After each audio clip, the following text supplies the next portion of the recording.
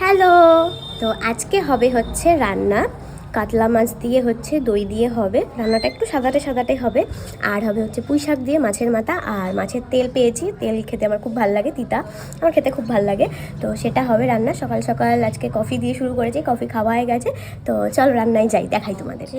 দই কাতলা, তো তার জন্য দিয়ে দেবো একটুখানি গোলমরিচ গুঁড়ো, মাছ ভাজার জন্য একটু নুন, তোমরা চাইলে হলুদ দিতে পারো, বাট আমি দেবো না। জাস্ট এরকম করে হালকা হাতে একটু মাখিয়ে নেব।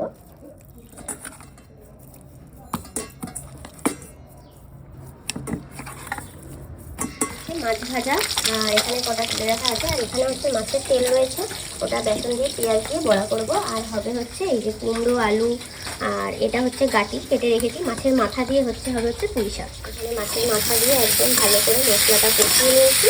এবার দিয়ে দেবো হচ্ছে এই যে পুঁই শাকগুলো, সুন্দর করে নেড়ে নিই। পুঁই শাকে আমরা পাঁচফোড়ন দিই, আই থিঙ্ক অনেকেই হয়তো দিয়ে থাকে, ঠিক আছে। ওই গন্ধটা যেন আলাদাই একটা ভালো লাগে, সেই মানে মনে হয় সেটা নেমন্তন্ন বাড়ি এরকম ব্যাপার হয়। পুঁই শাক কার কার ভালো লাগে আমাকে জানাবে, আমার তো সেই লাগে খেতে পুঁই শাক। আর এরকম মাছের মাথা দিয়ে তো কোনো কথাই হবে। এবার মাছটা বানাবো, দেবো হচ্ছে গোটা গরম মশলা, দেবো কিছুটা কুচানো পেঁয়াজ। এখানে মিক্সিতে ব্লেন্ড করেছি হচ্ছে লঙ্কা, রসুন, সাদা জিরে আর মগজদানা।